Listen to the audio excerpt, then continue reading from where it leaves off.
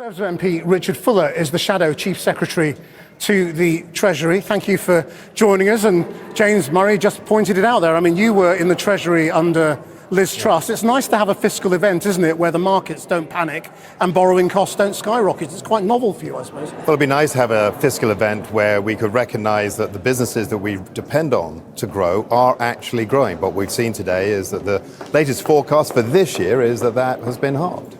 Yes, but the government is delivering stability in the markets. That's clear. Nothing's gone mad, as it did under your government, which put up borrowing costs and which left the economy in such a state. The borrowing costs are already higher than they were under Liz Truss, and actually because of the decisions made by Rachel Reeves, those borrowing costs are now forecast to be higher for longer, and that means less money again for businesses to invest, a higher hurdle rate for them to make a return. That means lower prospects for future growth. What would you do then to fill this £4 billion black hole, if you like, in the public finances? Would you scrap the rules? Would you raise tax? Or would you cut more?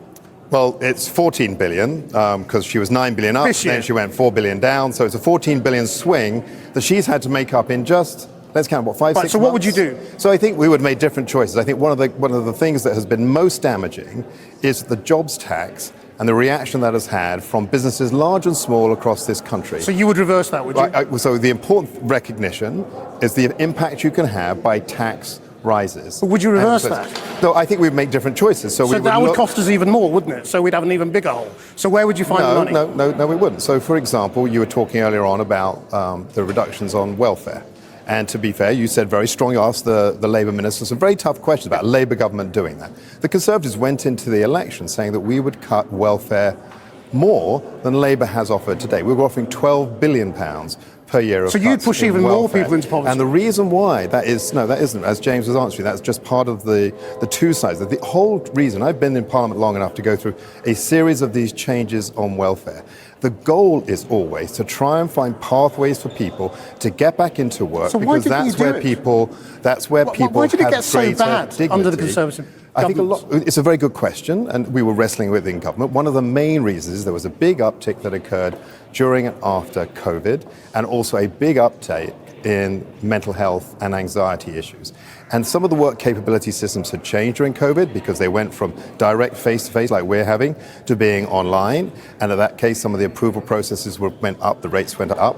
And also the emergence of anxiety and mental health issues, which weren't probably calibrated effectively, and some of the assessments were made. So which ones extra would lose?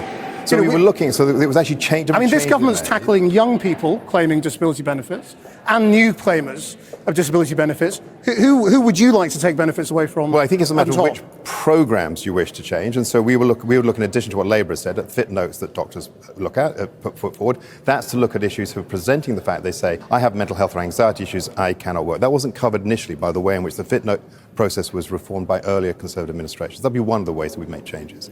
So it's about targeting particular types of people. It's looking at different ways in which people can be encouraged back to work. Do you think a little humility at these kind of moments when the Conservative Party would be a good idea? Absolutely. I mean, Kemi Badenoch's been quite honest about the mistakes that you made on some things. I think, do you owe the British people an apology for the way you handled the economy? But humility is absolutely right, and also humility about some of the difficult challenges we face as a country.